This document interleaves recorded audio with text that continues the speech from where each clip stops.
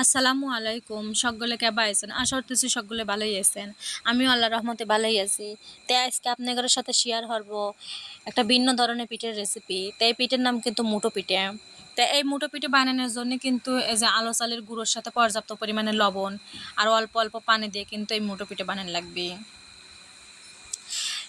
আমার শরীর আজকে বিকেলবেলা গল্প হতেছিল যে আগেকার দিনে নাকি মানুষ খিদে লাগে বা ভাতের অভাবে একবেলা ভাত আর একবেলা যে আলো চালের যাও ফেকু আর নাহলে মুটো পিঠে বানা খাইছে।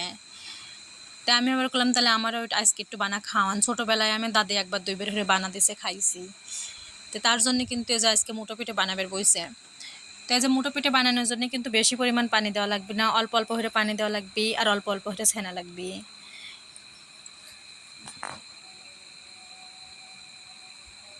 আর এই মুটো পিঠে বানানোর জন্য কিন্তু কোনো রকমের ঝাল বা গুড় কণ আর চিনি কণ এগুলো কিন্তু কিছু লাগবে না, ওই পর্যাপ্ত পরিমাণে লবণ আর পানিই লাগবে। এই দেখেন যে মুটো পিঠে বানানোর জন্য কিন্তু ডোটা হয়ে গেছে। আমিও আমার শরীর মতো হয়ে ওই পিঠের শেপ দিচ্ছিলাম, দেই পারি কিনা। আমিও আবার কয়েকটা বানাইলাম। যখন পানি গরম হয়ে আসলে কিন্তু যে লবণ দিয়ে দিয়ে ভালো করে গরম হয়ে নিয়ে কিন্তু যে একটা একটা করে পিঠা দিয়ে দেওয়া লাগবে আর ওই লাহুর দিয়ে লাইড়ে দেওয়া লাগবে, যাতে ভেঙে না যায় আর একটার সাথে একটা না লাগে ধরে।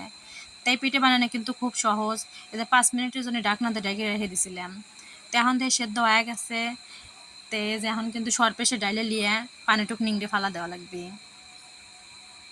আর এই দেখেন, সত্যি কথা বলতে এই পিঠে কিন্তু অন্য রকমের কোনো কিছু নাই। আর এই পিঠে খাতেও বেশ স্বাদ লাগে।